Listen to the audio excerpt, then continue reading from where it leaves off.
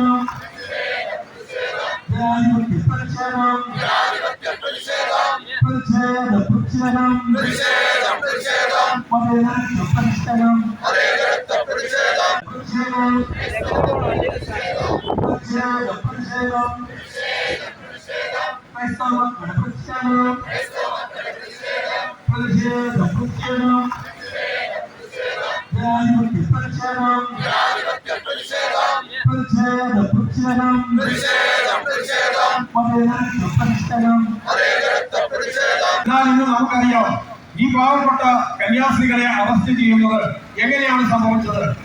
ആ നിയമം പാലിക്കേണ്ടതായ ഉദ്യോഗസ്ഥരുടെ മുന്നിൽ വെച്ച് നമ്മുടെ ടി വിയിൽ കണ്ടു.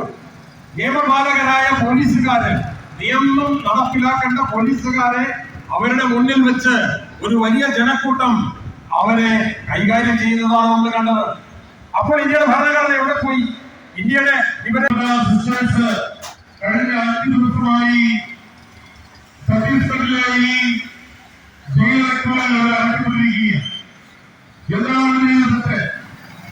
ഏറ്റവും പ്രധാനപ്പെട്ട സാമൂഹിക പ്രവർത്തനങ്ങളിലൂടെ മനുഷ്യ മനസ്സുകളെയും മനുഷ്യ ജീവിതങ്ങളെയും അവരെ ഉയർത്താൻ ശ്രമിച്ചുകൊണ്ടുമാണ് അവരുടെ